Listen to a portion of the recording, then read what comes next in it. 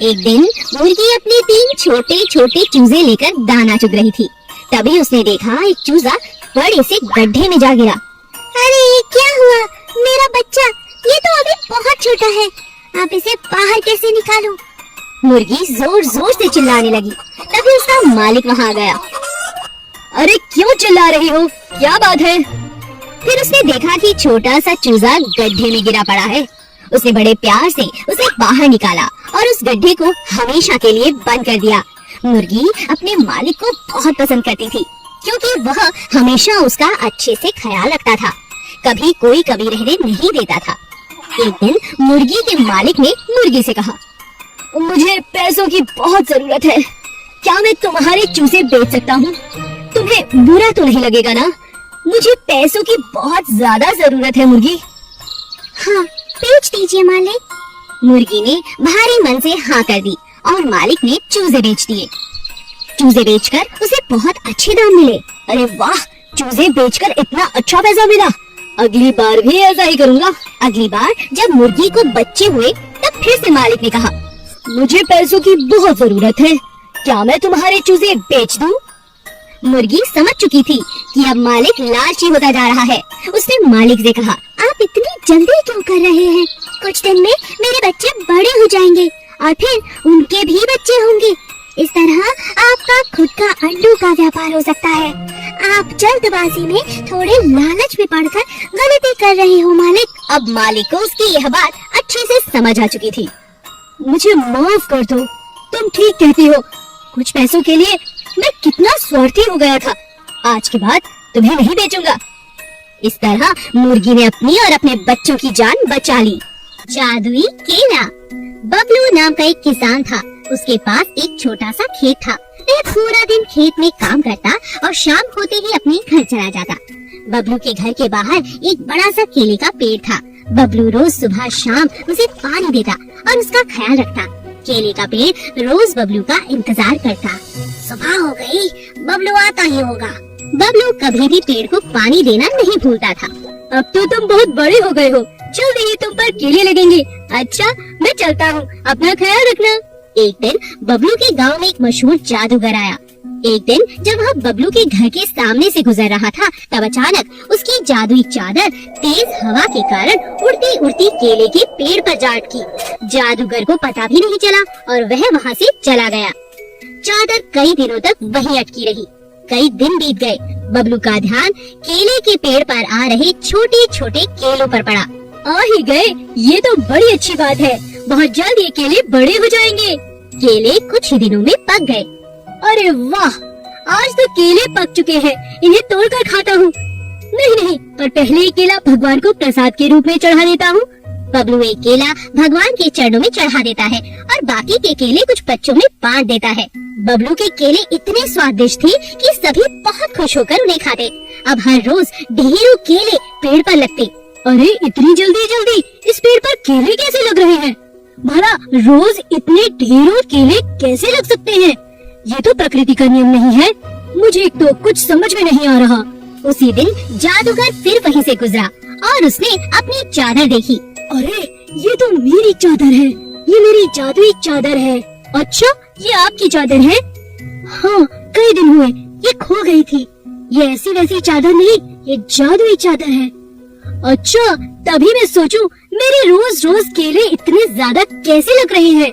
जरूर ये तुम्हारी जादुई चादर का कमाल होगा, तभी तो मेरे केले जादुई केलों की तरह लग रहे थे। हो सकता है। अंत में बबलू समझ गया, ये कोई आम केले नहीं, ये तो जादुई केले थे जो हर रोज उस जादुई चादर के कारण लगते जा रहे थे। जादुई मेंढक। सोनू और मोनू बहुत अच्छे दोस्त थे। शाम के वक्त वे दोनों साथ साथ गेंद से खेला करते थे। एक दिन सोनू ने मोनू से कहा, चलो तुम आज नदी किनारे चलते हैं, बहुत दिन हुए वहाँ जाकर नहीं खेला। मगर वहाँ जाएंगे तो हमारी गेंद पानी में गिर सकती है। कुछ नहीं होगा, तुम चलो तो सही। ठीक है। दोनों नदी किनारे जाकर खेलने लगते हैं। अब उन्हें वहाँ बहुत अच्छा लगता है। सोनू, कल से रोज यहाँ आएंगे, सचमुच बहुत अच्छा लग रहा है। दोनों दोस्त ने तय किया कि अब वो रोज यहीं आकर खेलेंगे। कुछ दिन तक सोनू मोनू वहीं जाकर रोज खेलने लगे। पानी में एक जादुई मेंढक रहता था जो उन्हें हमेशा देखकर खुश हुआ करता था। काश मैं भी इनके साथ खेल सकता। बड़ी ही मजेदार गेंद है, मगर मैं इनके साथ कैसे खेलूं? एक दिन सोनू खेलते समय मोनू से कहने लगा, ध्यान से दोस्त, कहीं गेंद को पानी में मत फेंक देना, हमारे पास और गेंद नहीं है। अचानक कुछ देर बाद मोनू से गेंद पानी में जा गई। अरे तुमने ये क्या किया? अब हम क्या करेंगे? अचानक मेंढक को मौका मिला। मेंढक ने गेंद को सोनू मोनू को वापस लौटा दिया। अरे ये कैसे हो सकता है? अरे दोस्त देखो, हमारी गेंद वापस आ गई। दोबारा फेंक कर देखो। नहीं नहीं, अगर फिर न लौटी तो? कुछ नहीं होगा।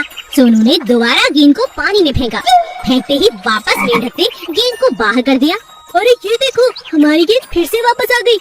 कौन है पानी में? कौन है जो हमारी गेंद वापस कर रहा है? मैं हूँ। मैं तुम्हारे साथ खेलना चाहता हूँ। मैं हूँ जादुई मेंढक। मुझ में बहुत सी शक्तियाँ हैं। मैं तुम्हारे साथ खेल सकता हूँ, पेड़ पर चढ़ सकता हूँ और बहुत कुछ कर सकता हूँ। क्या सच में? तुम तो बड़े मजेदार हो। आज से हमारे साथ खेला करो। तुमने हमारी सबसे अच्छी गेंद हमें लौटाई है। आज से तुम भी हमारे दोस्त हो। जरूर। जादुई मेंढक सोनू मोनू का दोस्त बन चुका था। अब जब भी उन्हें खेलना होता वे नदी किनारे ही आते, और जब भी नदी किनारे आते और पानी में गेंद चली जाती तो जादुई मेंढक उनका अपना दोस्त उसे वापस कर देता। घमंडी सांप। कालू सांप को खुद पर बहुत घमंड था, क्योंकि जब भी उसे भूख लगती वह पास के गांव में एक पेड़ के नीचे जाकर बैठ जाता। गांव वालों की उस पर बहुत आस्था थी। वे सब उसे एक एक करके आकर दूध पिलाते। वह चुपचाप दूध पीता और अपने घर जंगल वापस लौट जाता। कालू को कभी भी चोरी करने की या भोजन ढूंढने की आवश्यकता ही नहीं पड़ती थी, क्योंकि उसके भक्त, उसे चाहने वाले उसे हमेशा दूध पिला दिया करते थे। इसी बात पर कालू सांप को धीरे धीरे बहुत ज्यादा घमंड हो गया। मेरे जैसा भाग्यशाली भला कौन होगा? जहाँ भी जाता हूँ गाँव वाले दूध पिलाते हैं, अच्छा अच्छा स्वादिष्ट भोजन खिलाते हैं, मुझसे डरते भी हैं और मेरी पूजा भी करते हैं। मुझे कोई कष्ट नहीं, बड़ी आराम से जिंदगी बीत रही है। कुछ दिनों बाद गांव में बहुत बदहाली फैल गई, बीमारियां फैल गई, जिस कारण लोग बहुत परेशान रहने लगे। अब कालू को देखकर हर कोई दूध नहीं पिलाता था। अरे ये क्या हो रहा है?